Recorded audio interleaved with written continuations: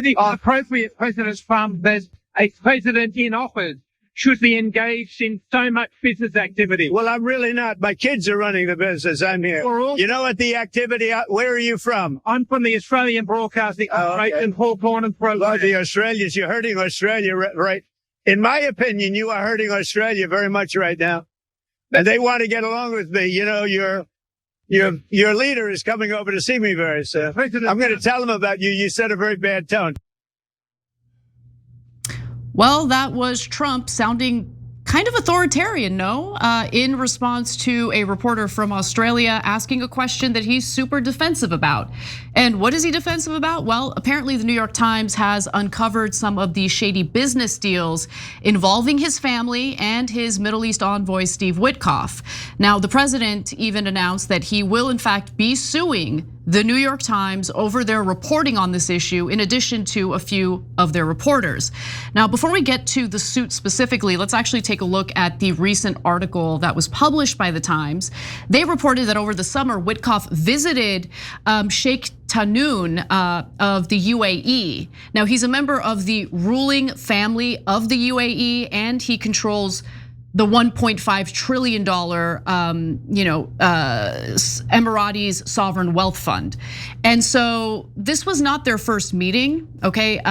Over the past few months, Witkoff and the Sheikh had become both diplomatic allies and business partners, testing the limits of ethics rules while enriching the president, his family, and his inner circle. In fact, there were members of the Trump administration who were concerned about the ethical issues involved in making these types of deals. But of course, Trump and Witkoff moved forward anyway. Now, at the heart of their relationship are two multi-billion-dollar deals. One involved a crypto company, because of course it did, founded by the Witkoff and the Trump families that benefited both financially. The other involved a sale of valuable computer chips that benefited the Emirates economically.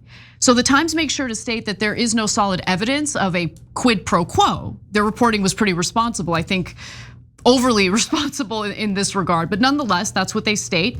But they do also write that the confluence of the two agreements is itself extraordinary. Taken together, they blurred the lines between personal and government business and raised questions about whether US interests were served. So that's what the Australian reporter was asking about. Now, in May, Witkoff's son, Zach, announced the first of the deals at a conference in Dubai.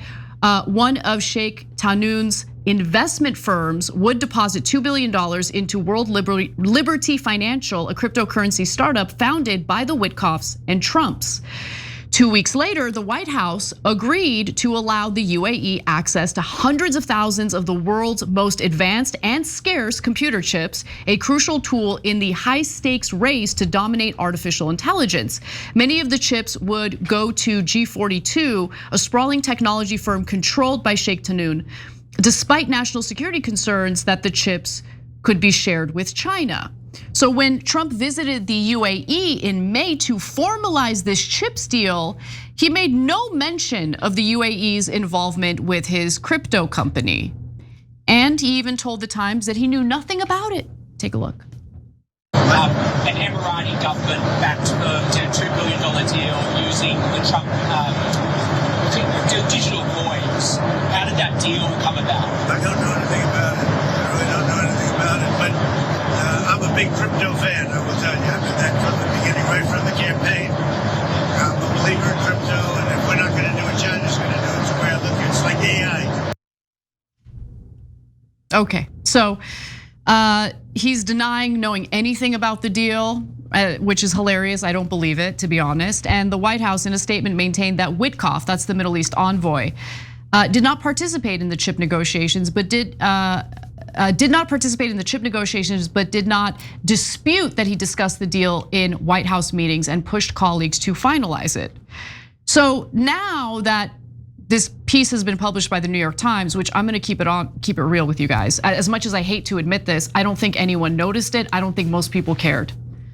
But now people are gonna notice it and people are gonna care because Trump is filing a lawsuit against the New York Times. Now I'll get to that lawsuit in just a minute, but Cenk, what are your thoughts? Yeah, so first of all, I'm tired of Donald Trump suing the press every time they hurt his feelings. So if you don't ever support that. Even if you're on the right and you say, oh yeah, I'm not gonna listen to you. No, poor Donald Trump's the victim and he's been, smeared by these folks. First of all, let me explain. I've been smeared by the New York Times. And so I have a certain loathing in my heart for the New York Times. I'm not your average progressive, okay?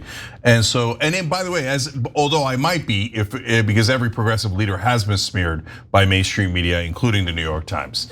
So this is not about defending them. This is about defending the press and defending their ability to challenge the powerful, most importantly, politicians.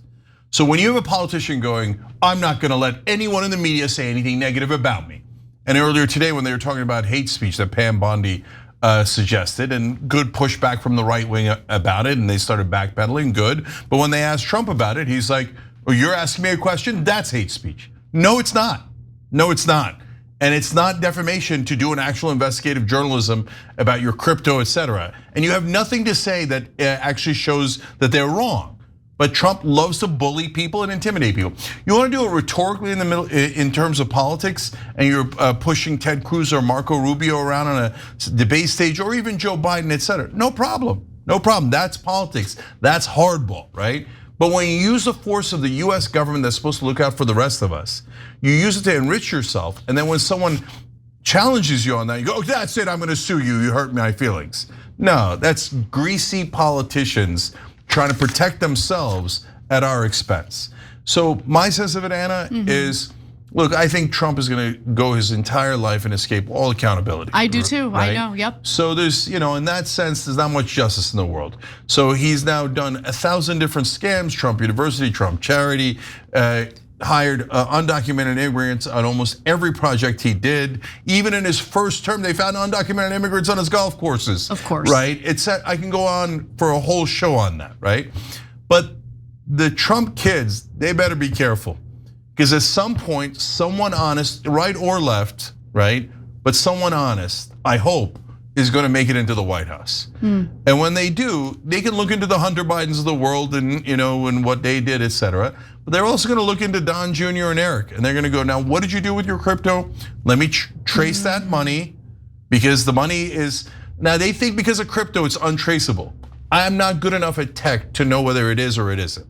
But by the way, when you put it into crypto and you say now anybody can pay the president of the United States or his family through untraceable crypto, well then how do you know who's paying them? Oh, that's gotta be against the rules. Whether it's a Republican or Democratic president, we cannot have untraceable money going to the president's family. If it was happening to the Bidens and Hunter Biden's like, oh, I got a great deal with the UAE, but I'm not gonna tell you anything about it, and I'm gonna get billions of dollars, et cetera. You'd be outraged, and you should be, and same thing here. Yeah, no, you're totally right about that. And it is a problem when you have potentially the president and the president's family using the office of the presidency to enrich themselves in unsavory ways. But my biggest issue with this story is the fact that Trump wants to retaliate against the press when they're reporting on issues that the American people need to know about. And I say that because you can't have a democratic process unless you have a free press that's informing you about the elite, about our politicians. Now, obviously, there are huge flaws in our media and the corporate media, in the New York Times itself. But make no mistake about it, this lawsuit that Trump is filing against the New York Times is meant to intimidate them and prevent them from reporting on what he might be doing in the Oval Office, what actions he might be engaging in that could be illegal or unethical. And so let's get to his post on Truth Social, where he revealed that he's suing the New York Times. He says, today, I have the great honor of bringing a $15 billion defamation and libel lawsuit against the New York Times, one of the worst and most degenerate newspapers in the history of our country, becoming a virtual mouthpiece for the radical left Democrat Party. Well, that's news to me. So the Times, he says, has engaged in a decades-long method of lying about your favorite president, me, my family business, the America First movement, MAGA, and our nation as a whole. I am proud to hold this once respected rag responsible, as we are doing with the fake news networks, such as our successful litigation against George Stephanopoulos, ABC, Disney, and 60 Minutes /CBS/Paramount. They practice this long-term intent and pattern of abuse, which is both unacceptable and illegal. The New York Times has been allowed to freely lie, smear, and defame me for far too long, and that stops now.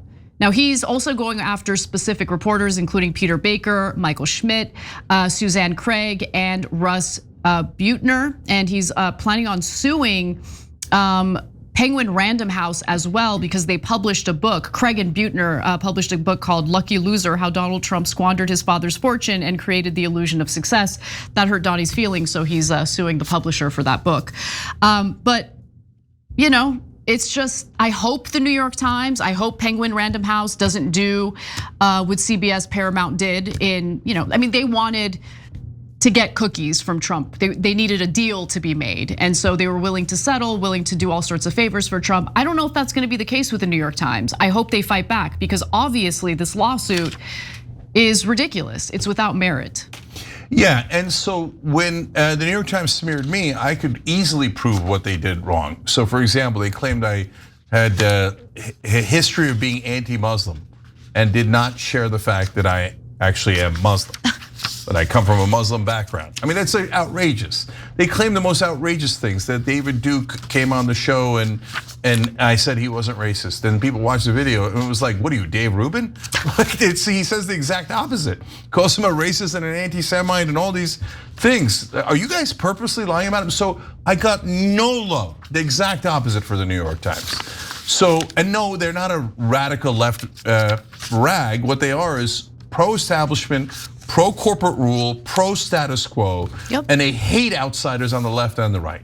But you don't sue them for $15 billion when you're a politician. And if you're going to attack them, give us receipts. Tell us how they're wrong. Tell us why you're outraged and you actually didn't take money from a foreign government, etc. And guys, if the crypto is untraceable, then you have to realize he can get money from any government or any person or company to do anything that they want to America. So, and remember, it's even if you love Trump, the president isn't always going to be Trump. So next time a Democrat's in charge, where do they get the crypto money from? Israel or Saudi Arabia or China or North Korea or ExxonMobil or Bob? It doesn't matter. You're allowed to bribe the president through crypto. No, you're not. That's illegal. So I hope to God it is traceable. And that someday that these guys, if they are guilty, that they get caught and brought to justice for financial crimes against the American people. Every time you ring the bell below, an angel gets his wings. Totally not true, but it does keep you updated on our live shows.